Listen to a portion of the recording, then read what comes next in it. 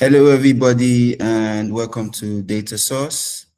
With us today is Chike Okafoeze. Did I get that correctly? You are near there. Okay, thank you.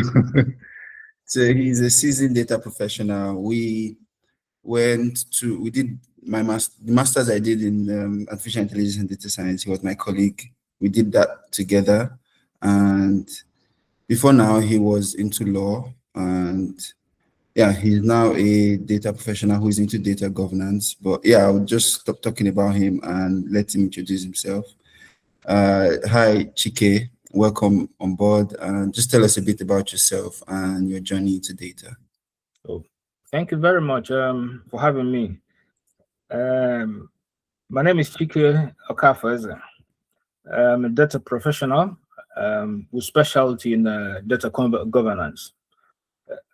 Prior before that, I've been in the data ecosystem managing data projects and governing compliance. That's about that. Till where I am today, doing more of data governance. Okay. I see thank you for that wonderful introduction. I see from your profile on LinkedIn that you were into law, and do you have a first degree, and I think a master's in law?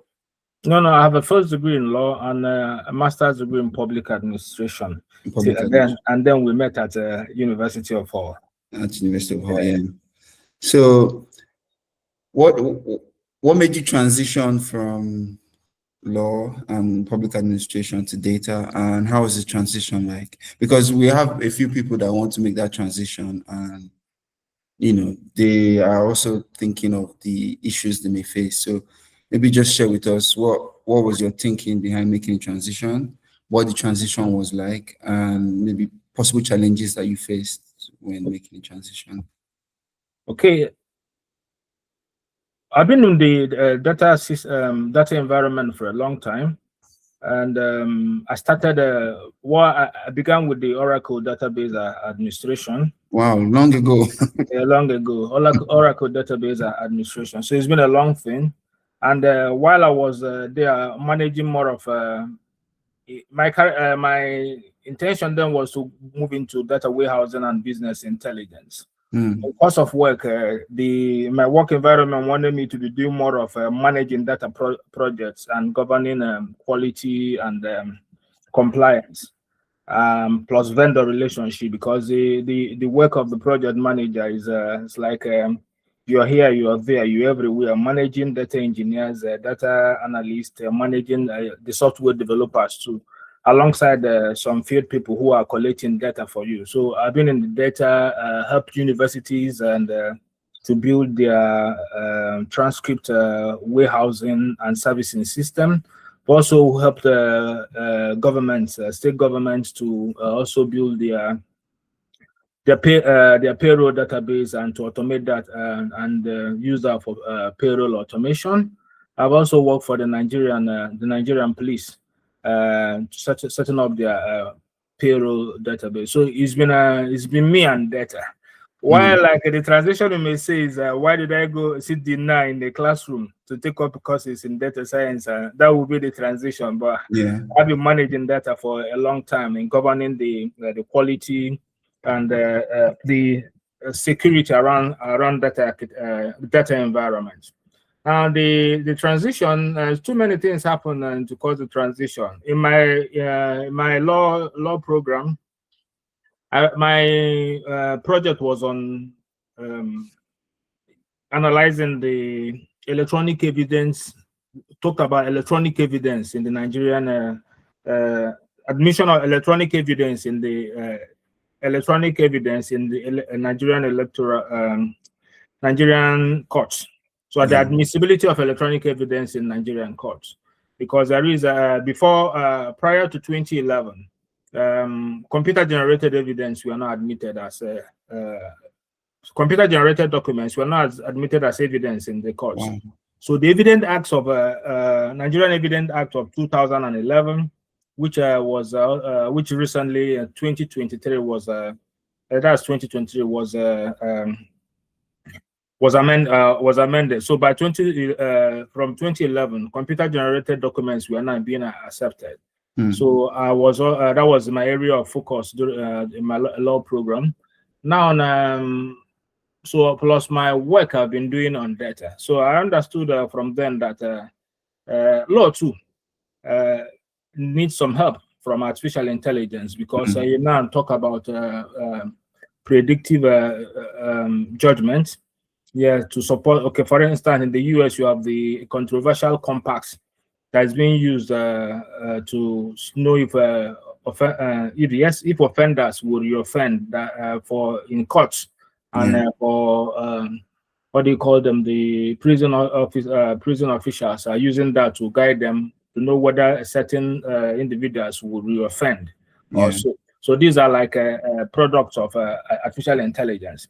And you see also, you have also predictive policing. I also saw that plenty things, law itself is also not shying away from the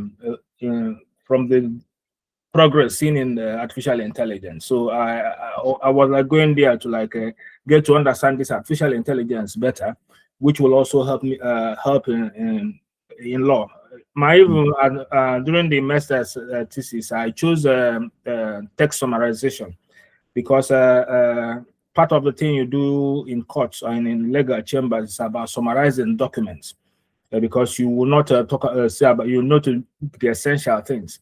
So that was my immediate application of artificial intelligence to see how it could help the legal system.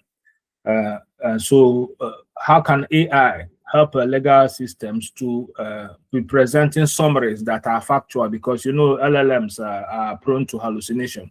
So what do we need? What do we do to improve the factuality of these AI tools? So in summary, the question about transition is about personal interest. And some persons will always be talking about tech and non-tech. That tech is difficult, tech is that, tech is that. But some of these are like, what do you want to do vis-a-vis what you don't want to do. If you think it's difficult, it's difficult. From earlier stage, we were in primary school or in secondary school, everybody been shouting that mathematics is difficult. If you think mathematics is difficult, it will give you a run for your life. But if you think, even if it is difficult or whatever, you can do it, you can do. So for persons who are thinking of transitioning is about interest. What do you want to do? How do you see yourself in the next 5 or 10 years or in the next 20 years? Do you want to still be stuck where you are and thinking that this is difficult? But if you know that the way forward is tech, and you will not die, and you've seen persons who've done it and they have not died, their interest about where you want to go in the next 5 or 10 years, I think is more than enough to support your dream moving towards that direction. Yeah, thank you so much. That's very, very, very detailed in terms of the way you described your transition and how it wasn't really a transition because you've always been working with data, and it's amazing. Database architecture and administration is a different thing from data analysis, and you have like good experience there, and you know, yeah, you have someone that we call Odogu because you have knowledge of database administration, you have knowledge of data analysis and data science as well as AI. So yeah, one of those people that we'll call a data professional as well, because your experience is so vast that you can't just pin yourself to one part of data. So that's nice. Lately, you've been, and even before, you've been working with data governance. Some of us don't know so much about data governance, and we've just been hearing about it. And you've also worked in data governance with regards to your transcript projects with different institutions. So could you talk briefly about what data governance is and how it's important for institutions to use data governance? Yeah. Well, thanks. Data governance is one area that is growing in recent times. In few words, data governance is about putting policies, control in place and assigning roles to persons in organizations so as to help organization leverage on data to achieve their strategic objectives. And in doing this, it does well to minimize risk with the use of data and also ensure that the use of data keeps the organization safe and does not cause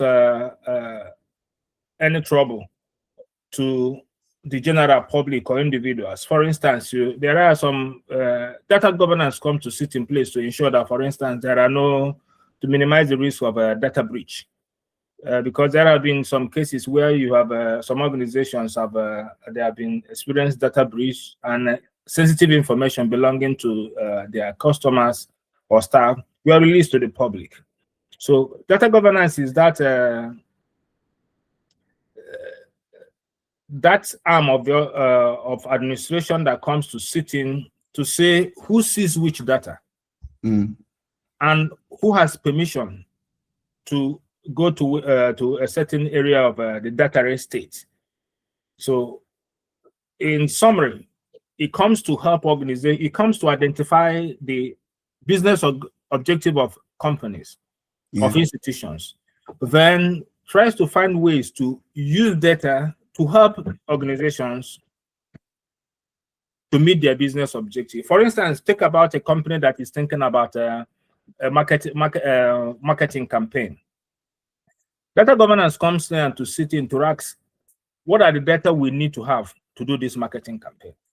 So as a data governance professional, come into an organization, say they want to do, they are thinking they are doing this. I begin to say, where are the data we need to use to do this?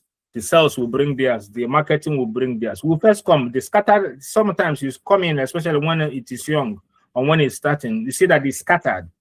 So you need to harness to bring back this scattered data estate. You bring it to have so that the organization will have a single point of truth. That is to say that this is the document that sales should rely on, that marketing to rely on when they are thinking about say marketing or say approaching customers. In the end, in the process, data governance will come to discover that Mr. A has one address on sales and another address for marketing. You will see that some lists here are not complete. So what data governance comes to, like now, we do what we call data profiling to find the challenges with the sheet, the marketing. When you have during the consolidation, you find the challenges with this document, so as to remediate it to cure the document of these issues. If it were in the payroll administration, you remove duplicates so that the governor and the states or the institutions do not pay someone twice. So that is what you see in marketing campaigns. Companies sometimes send marketing mails twice or thrice to individuals. There's in cases of postage, you pay, instead of paying for one, you pay twice or thrice. And in the end, some persons receive 3 mails from you on the same subject. You may even lose some customers in the process, but they think you're not serious. So what we do, we cure these sheets. At the end of the day, you see the company has succeeded in saving money because you now duplicate the system, that you just have one entry per customer. More importantly, in the process, you discover that some addresses are missing. So it increases the chances that you correct the addresses and get the addresses that are missing, and have a list that will improve the chances, the marketing chances. So there are areas we've done it. You see that they increase their marketing outcomes by up to 60% because you get the addresses well. You read the what do you call it now? The mails meet the desired persons. So you see this advantage in marketing. You see this advantage in institutions where transcripts meet the right persons, where people also get the exact grade they graduated from schools with, instead of just so it cures it of error. At the end of the day, it's a win-win situation for the company and for the individuals, be it staff or students. Sorry, be it staff, students, and customers dealing with companies or institutions. Yeah. It's so important, you know. And while you were talking in my head, I'm like, what's the, because it's similar to data administration. And I'm thinking, what's the difference between data governance and data administration? Okay. Are they the same thing? It's okay. Yeah. Similarities. Data administration. Let me assume you meaning data management. Yeah, data management. Data management. Now, the data management is like the day-to-day execution of policies and controls established by data governance. Data governance is that layer that sits to manage, to set the controls, put the policies in place. It's the framework. Yeah. The framework that establishes how you do data quality. It's a framework that says how you implement policies. So this is what the data management or data administration you mentioned do on day-to-day basis. But in data governance, that layer that sits and puts this framework in place, establishes the policies, manages the control, then assigns responsibilities. Like, you know, you have what we call the data steward, you have the data owners. The data owners are, like I say, who assesses data. The data steward are the people who come every day to check the data quality, to draft policies and the like. So while this is the technical day-to-day management, this is the administrator. Yeah. So and that is very important to set up from the beginning, because if you miss it from the beginning, if you miss the framework from the beginning, then data will be really messy. And so it's important when you are starting a company or starting anything that is dealing with data, that you have a data governance expert. So what would you call someone that works in data governance? Yeah, they're called by different names, and in the early stage they begin with as data analysts. Data analyst. Then from data analysts you move up to, say, data managers. Then you have in organizations the person who rise to this chief data officer, and from there, depending on the structure of the organization, it could be a VP of data or something. As times goes on, you can come at any time. It could come in the early days. If you miss it in the early days, it's not good. However, you like who's there say, like, there is a way to be good again. What's his name in his book, The Kite Runner, Khalid Hosseini. Yeah, that's the name of the guy. In his work, he said there is a good to be good. There is a way to be good again. And so if a person's, if a company's organization, if you miss it in the early day, just always remember that whenever you see the need, that you can begin the implementation. It's never too late to start, but it's good to start early. Yeah. This is really very interesting. I really didn't know much about data governance, but yeah, I'm learning as well. So the next thing I want to talk about is AI. And AI is changing so many fields and making things easier for so many people. But you know, you never know how it will affect data governance. So you are in the field. How do you see the impact of AI on data governance? Is it good, bad, or no effect? The data and AI are like saying the chicken and the egg.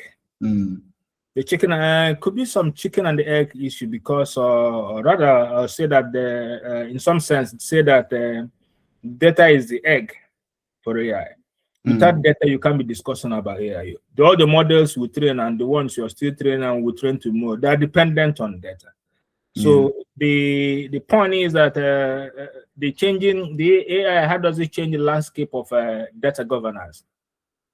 It's something good for AI that you have data governance.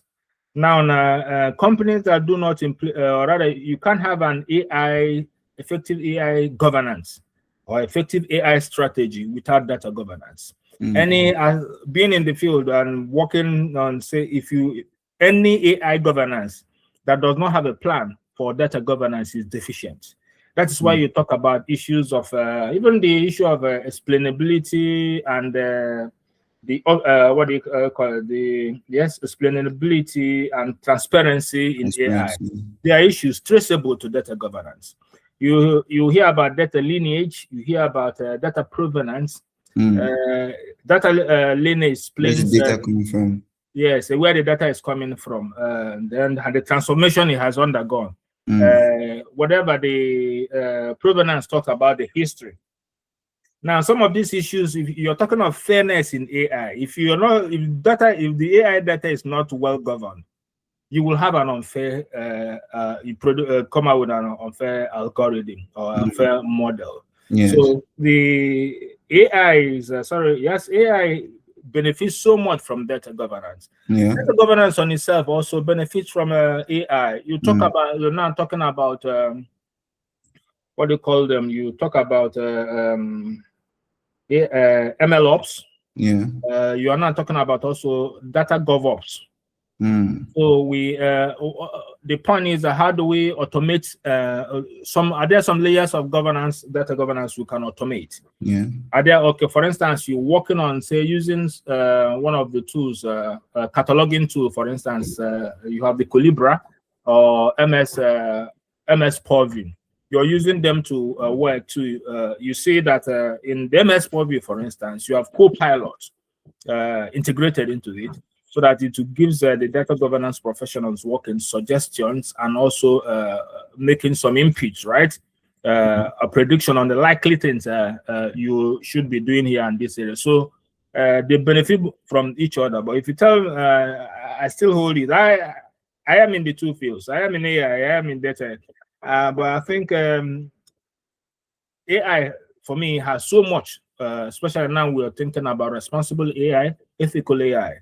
Because we can't be continuing talking about unfair models like the compass we mentioned earlier, right? Compass in the US justice system. Sometimes in the early days, reading about it and now coming to now, I said these are issues that should never have been discussed at all. If we have data governance, if we have data governance that ensure fairness in the data subjects or the demographics of use in the training, some of these are issues that ought not to be discussed.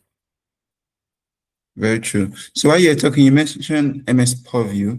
I've not heard of that before. What's that used for? Microsoft Purview is used for governance. Is MS Microsoft tool used for in the data governance. It helps you for data cataloging. It helps you for data lineage. We talked about even quality data quality management.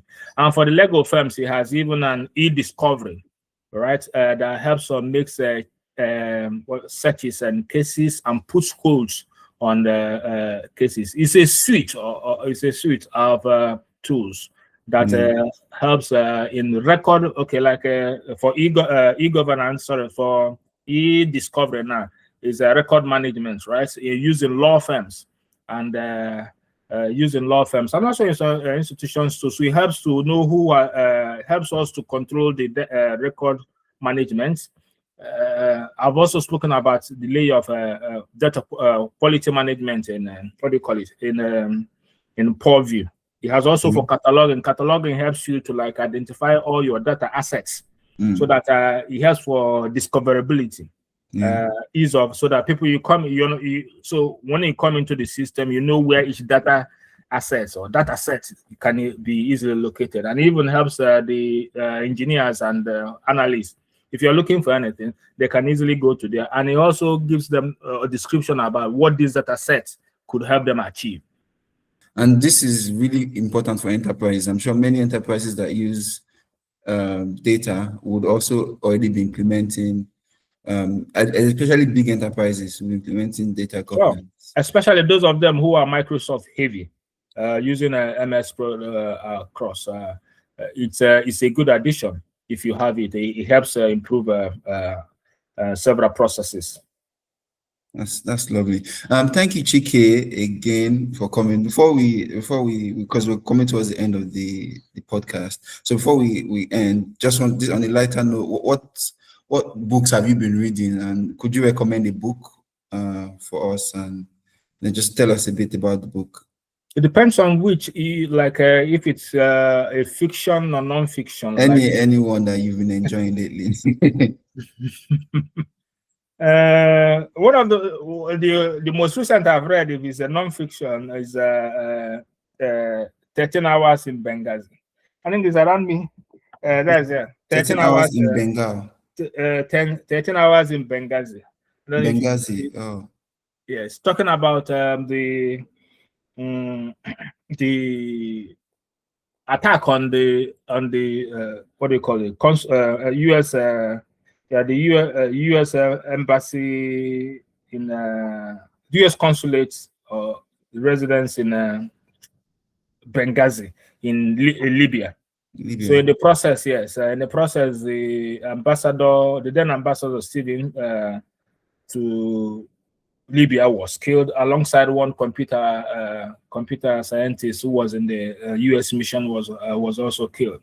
One of the things, if you ask me, those days we were younger, you say, what is the moral of the story? The moral of the story is for the needs for people to listen, because Stephen and some other felt that the U.S. embassy and the consulates were not so well protected, and they sent the messages to Washington.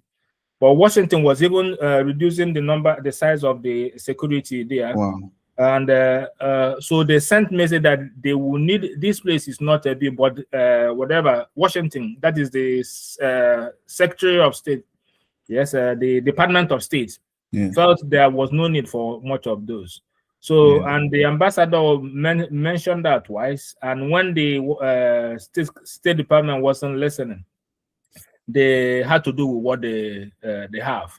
But one of the biggest side of it is the tenacity of people, the bravery of the few American agents and security men who were there in Benghazi, how they repelled the many attacks held on them. So these are, so that was 13 hours. Within 13 hours, they could not, and within these 13 hours, they never got help from outside outside Libya. That is from other forces coming to help. Was this man that repelled it? So it's on one side the need for persons who are at the top to listen to their subordinates. Sometimes on the field they see things more than you do. You may have other alternate opinion, but if they had spoken with these guys, they could have also that may have been averted. Even within Benghazi during the 13 hours, the team leader was also not in listening to the grand men who were there. They wanted the February team in to help, but these guys had alternate views that they could have moved in. Had they moved in earlier, they could have saved this. And the bravery of the American agents. These are like things I got out of this 13 hours in Benghazi by Mitchell Zukov. A good book to read. Lovely. Thanks for that. Thanks for the recommendation. It's been really nice having you here, Chike. Your wealth of experience has shown, and I've learned a lot about data governance and how it sits above data management and how it's very important for companies to implement this. And I'm sure the listeners would also have gained a lot. So if people wanted to reach out to you, do you have any way, maybe on LinkedIn or just to connect with you on socials? Is that fine? How do they reach you? Beautiful. Fine by me. What's it like? Every living is meeting.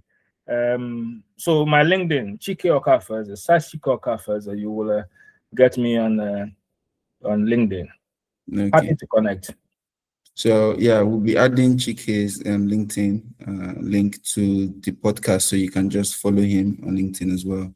So thank you again, and it's been fun again. And yeah, thanks everyone for listening, and bye for now.